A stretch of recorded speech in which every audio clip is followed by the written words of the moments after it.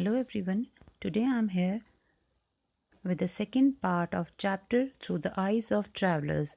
In the previous chapter or video we discussed about the two travelers Ibn Battuta and Al-Biruni. In this part we'll discuss about François François Bernier. François Bernier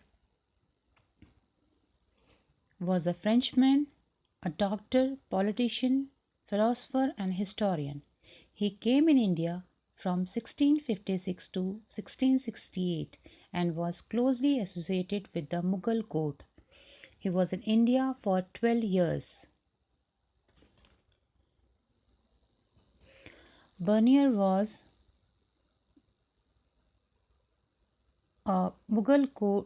in Mughal court as a physician to Prince Dara Shikoh, the eldest son of Emperor Shah Jahan.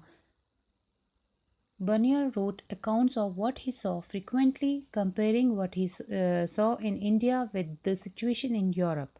His major writing dedicated to Louis XIV, the King of France, when Bernier writing became extremely popular.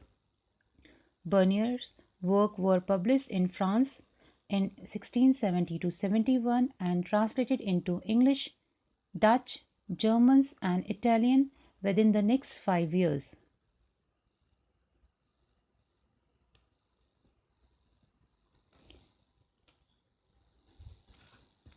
As compared to Bernier, Ibn Battuta chose to describe everything that impressed and excited him, whereas François Bernier compared and contrasted what he saw in India with the situation in Europe in journal, focusing on situation which he considered depressing. Bernier's idea seems to have been to influence policy makers. His travel in the Mughal Empire is marked by detailed observation, critical insight, and reflection. Generally ordered the perceived differences hierarchically so that India appeared to be inferior to the Western world. Now, the question of land ownership. In this, according to Bernier, one of the fundamental differences between Mughal India and Europe was the lack of private property in land in the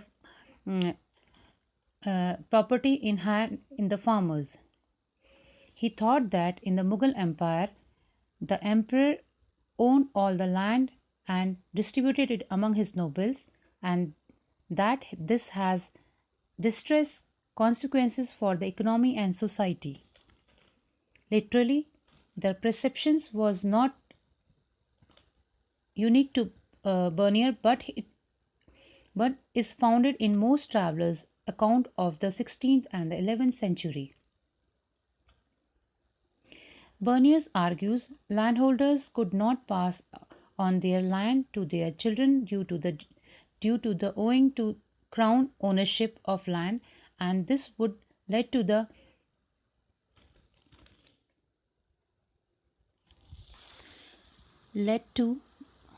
emergence of the class of improving landlords with the concern to maintain or improving the land.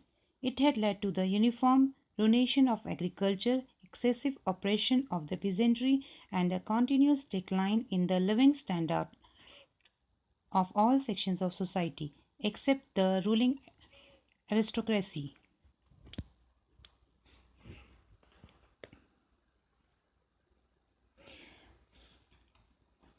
Bernier confidently asserted there is no middle state in India.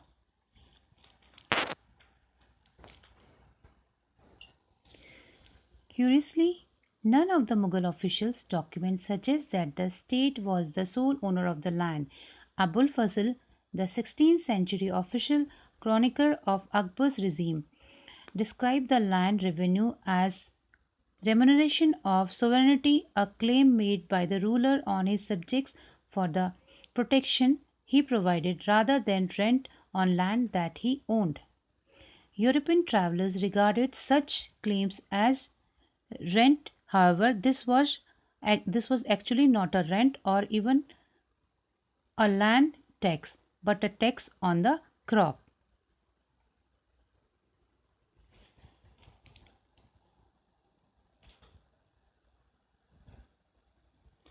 A more complex social reality. Bernier's description occasionally hint at a more complex social reality.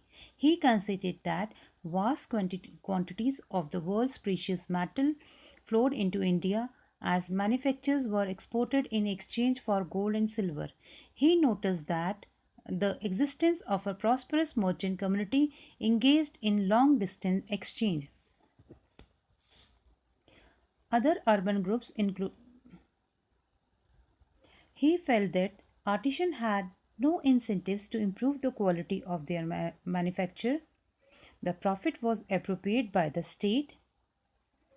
He also noticed the existence of prosperous merchant community engaged in long distance exchange. Other urban groups including professional classes such as physician, hakim or vaidya, teacher, pandit or mullah, lawyers, vakil, painters, architects, musicians, calligraphers, etc. Some depended on imperial patronage, many made their living by serving other patrons, and some served ordinary people. Slaves in labor. Travelers who left written accounts were generally men who sometimes took social inequality for granted as a natural state of affair. It appears from Ibn Battuta's account that there were considerable differentiation among slaves.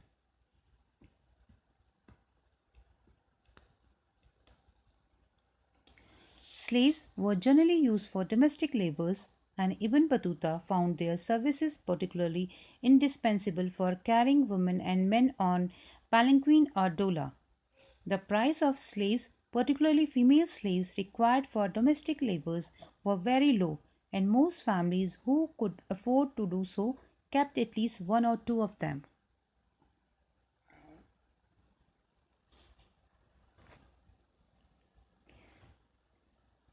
The price of slaves, particularly female slaves required for domestic labor, was very low, and most families who could afford to do so kept at least one or two. Contemporary European travelers and writers often highlighted the treatment of women as a crucial marker of difference between Western and Eastern society. Bernier chose the practice of sati for detailed description. He noted that while some women seems to embrace death cheerfully, others were forced to die. That's all for today. Hope you like this video. Thank you.